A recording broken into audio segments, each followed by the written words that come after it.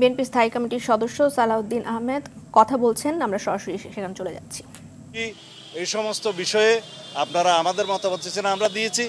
অন্যদের মতামত আপনারা নেবেন এবং আপনারা সিদ্ধান্ত দিবেন।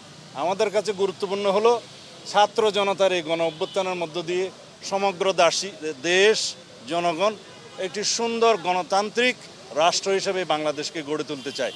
সেই দিকে আপনারা যান। আপনারা যত দ্রুত সম্ভব একটি রোড ম্যাপ দেন যে গণতান্ত্রিক প্রক্রিয়ায় আপনারা কবে যেতে চান, কিভাবে যেতে চান, তার একটা রূপরেখা দেন।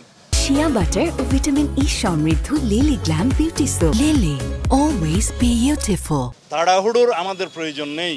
কিছু অবশ্যই গুরুত্বপূর্ণ সংস্কারের বিষয় আছে, যে সংস্কারগুলো আপনারা না করলে এই জাতি ভবিষ্যতে হয়তো সেই সংস্কারগুলোর জন্য আরও বহু বছর অপেক্ষা করতে হবে।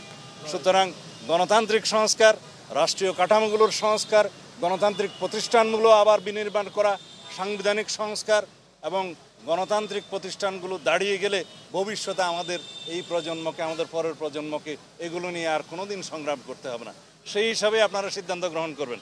ওনারা বলেছেন আমরা আপনাদের সহযোগিতা চাই, আমরা বলেছি আমাদের শতভাগ সহযোগিতা সবসময় থাকবে, আপনারা এগিয়ে যান। ধন্যবাদ সবাইকে। বিএনপি স্থায়ী কমিটির সদস্য সালাউদ্দিন আহমেদের বক্তব্য শুনছিলাম আমরা।